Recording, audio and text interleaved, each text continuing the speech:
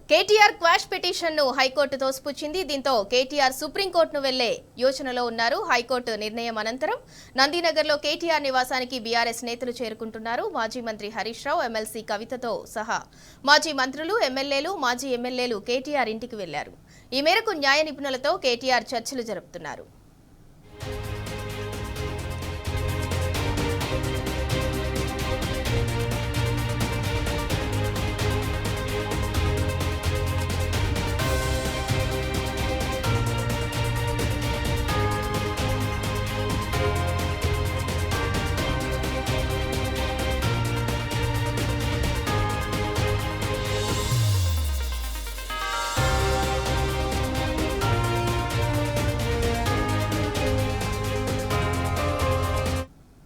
KTR quash petition ను high court తోసిపుచ్చింది. దీంతో కేటీఆర్ సుప్రీంకోర్టుకు వెళ్లే యోచనలో ఉన్నారు. హైకోర్టు నిర్ణయం అనంతరం నందినగర్లో కేటీఆర్ నివాసానికి బీఆర్ఎస్ నేతలు చేరుకుంటున్నారు. మాజీ మంత్రి హరీష్ రావు, ఎమ్మెల్సీ కవితతో సహా మాజీ మంత్రులు, ఎమ్మెల్యేలు, మాజీ ఎమ్మెల్యేలు కేటీఆర్ ఇంటికి వెళ్లారు. ఈ మేరకు న్యాయ నిపుణులతో కేటీఆర్ చర్చలు జరుపుతున్నారు.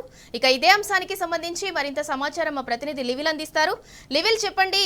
హైకోర్టు ఇచ్చిన తీర్పు తర్వాత కేటీఆర్ సుప్రీంకోర్టుకు వెళ్లే యోచనలో ఉన్నట్టు తెలుస్తుంది. ఈ మేరకు న్యాయ నిపుణులతో కేటీఆర్ చర్చలు కూడా జరుపుతున్నట్టు తెలుస్తుంది. దీనికి సంబంధించిన అప్డేట్ ఏంటి? ఇవాళ ఏదైతే ఫార్ములా ఈ రేట్ సంబంధించి కావాలని ప్రభుత్వం ఒక బురద జల్లే విధంగా బీఆర్ఎస్ వర్కింగ్ కేటీఆర్ పై కుట్రలు తెరలేసింది. అందులో భాగంగా ఏసీబీ అధికారులతో ఫిర్యాదు చేయించారు. ఏసీబీ అధికారులతో ఫిర్యాదు తర్వాత అనేక మలుపు తిరిగింది కేసు.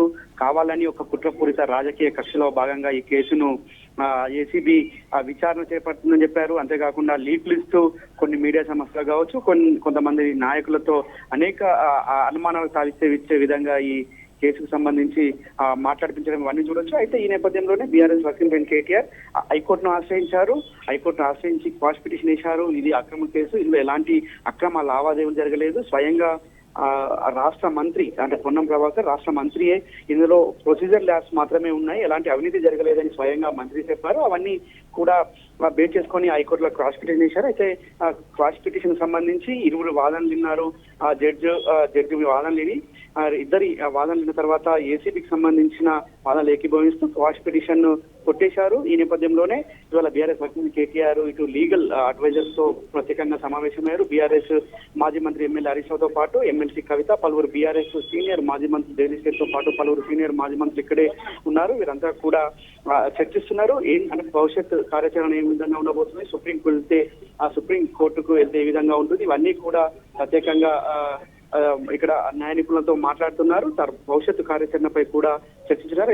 ఏదైతే ఈ కేసు అంతా కూడా ఒక కుట్రపూరితంగా ఒక రాజకీయ కక్షలో భాగంగానే పెట్టారని కూడా మొదటి నుంచి బీఆర్ఎస్ పార్టీ చెప్తుంది. బీఆర్ఎస్ వర్కింగ్ ప్రెసిడెంట్ కేటీఆర్ కూడా ఇందులో ఎలాంటి అవకతవకలు జరగలేదు, ఎలాంటి అవినీతి జరగలేదని చెప్పేసి పలుమార్లు మీడియా సమావేశం పెట్టి మరి ప్రత్యేకంగా ప్రస్తావించారు. అనేక అంశాలను కూడా ఆయన నివృత్తి చేశారు మీడియా ముఖంగానే. కానీ కావాలని ఇదంతా ఒక కుట్రపూరిత రాజకీయ కక్షలో భాగంగా చేశారు కాబట్టి ఖచ్చితంగా వాళ్ళ హైకోర్టులో ఏదైతే క్వాష్ పిటిషన్ కొట్టేయబడిందో ఈ తర్వాత సుప్రీంకోర్టుకు వెళ్లాలనే యోచనలో కూడా బీఆర్ఎస్ పార్టీ ఉన్నట్లు తెలుస్తుంది. బీఆర్ఎస్ పార్టీకి సంబంధించి ఏ విధంగా అంటే బీఆర్ఎస్ పార్టీ విధానం ఏంటి, భవిష్యత్తు కార్యాచరణ ఏ విధంగా ఉండబోతుందని చెప్పేసి కూడా న్యాయ నిపుణులతో చర్చిస్తున్నారు. మాజీ మంత్రులు కూడా కొద్దిసేపటి క్రితమే అందరూ కూడా ఇక్కడ చేరుకుంటున్నారు. కార్యకర్తలు కూడా పెద్ద ఎత్తున నందినగర్లో నివాసం చేరుకుంటున్నారు. ఏదేమైనప్పటికీ వాళ్ళ ఈ ఫార్ములా ఈకి సంబంధించి మొదటి నుంచి కూడా బీఆర్ఎస్ పార్టీ ఒకటే విధానం చెప్తుంది. ఎలాంటి అవకతవకలు జరగలేదు. ఇందులో రాష్ట్రానికి పెట్టుబడులు పెద్ద ఎత్తున సమకూర్చారు. దాదాపు 600 పైసలకు పెట్టుబడులు ఇక్కడికి రాష్ట్రానికి వచ్చాయి.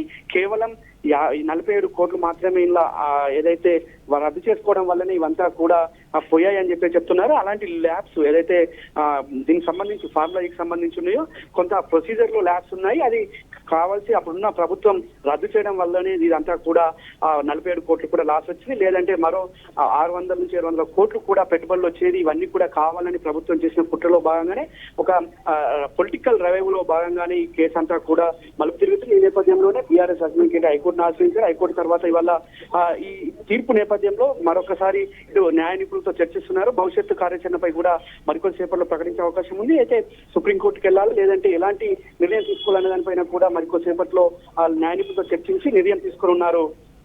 Sindhura. Right, thank you level.